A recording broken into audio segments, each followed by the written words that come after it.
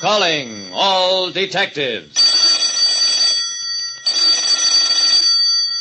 Most private detectives work hard to get their cases.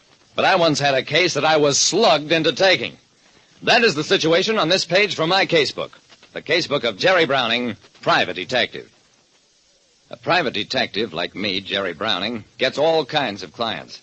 And he doesn't always enjoy working for them. Klondike Joe Weevil was probably never west of the Mississippi, but the cash registers at his barroom reaped a golden harvest. At Klondike Joe's, bankers and pickpockets rubbed elbows, which made it a doubly good place for a private detective to visit once in a while. Hello, Jerry. I'll buy a drink. I turned to find Gouge Henderson standing behind me. Gouge was big, ill-tempered, and got his nickname from his habit of trying to thumb out the eyes of people who annoyed him. Well, thanks, Gouge. I'll have a beer. Hey, Slewfoot. 2 beers. Make it snappy.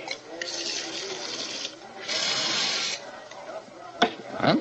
Here's how, Gouge. I know how. Drink your drink. We'll go to work. We'll go to what kind of work, Gouge? I got a case for you, so hurry it up. I pushed the beer away.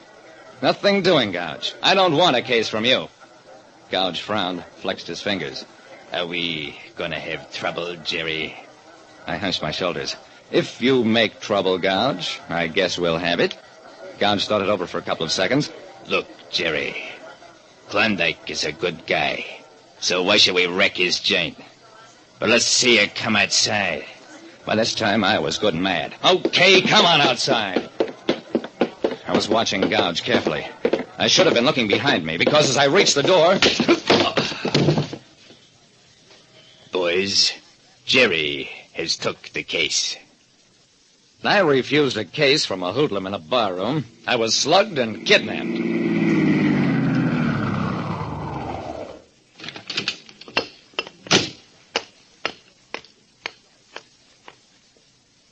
When I came to, I found myself lying on a couch in what seemed to be a large, well-furnished room.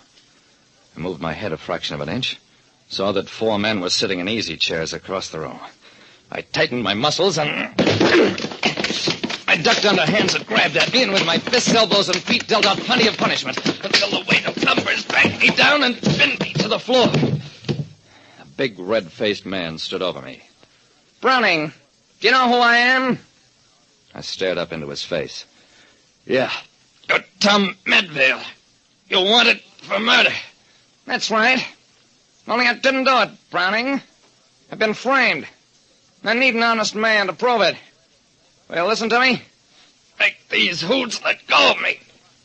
Okay. Let them go. I got up, looked at the hoods who'd scrambled back out of reach. I'll listen to you, Medvale. But the first time I catch Gouge Henderson, I'll twist his head off his shoulders. Oh, Jerry, wasn't me that slugged you. Outside, all of you.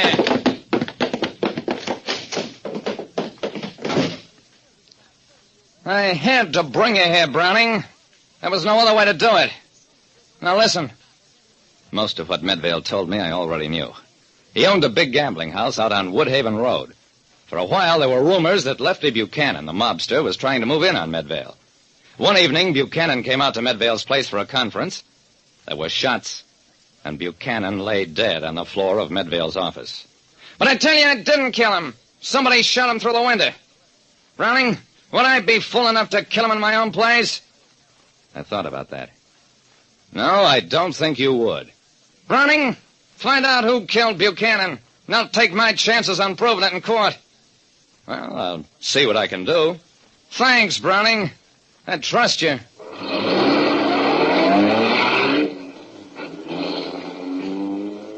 Medvale had a man, not one of those who'd fought with me, drive me back to town.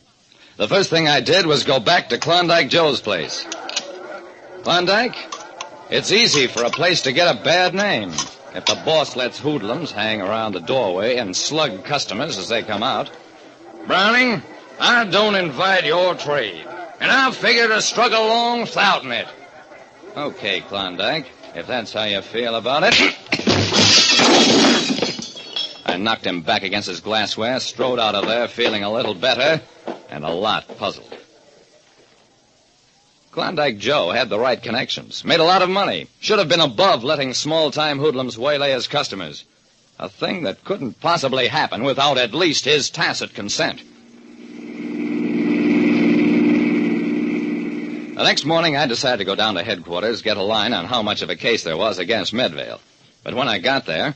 Medvale? Oh, he's going to the chair, Jerry. We grabbed him last night at his hideout in Lake Valley. You did? Where did you get the tip, Dawson? Lieutenant Dawson grinned, poked me playfully. You're a great kidder, Jerry. I don't know how you did it, Jerry, but I want you to know I sure appreciate it. See you later. So Dawson thought the tip on Medvale's arrest came from me, which also meant that Medvale thought so, and that pretty soon everybody in town would think so.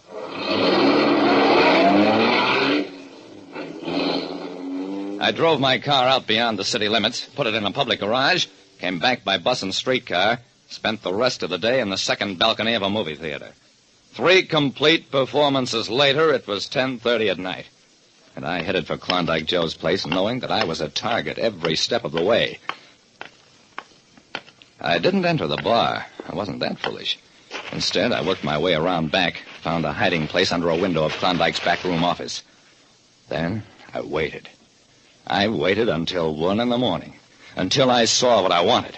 Klondike Joe in a huddled conference with Gouge Henderson. Then I took out my gun, and with the butt... Oh, it was a fine battle while it lasted, but it didn't last long enough. Klondike went out cold in the first few moments. Then I worked over Gouge carefully until... I paid no attention to the knocking at the locked door. Instead, I dragged Gouge to his feet, propped him up against the wall.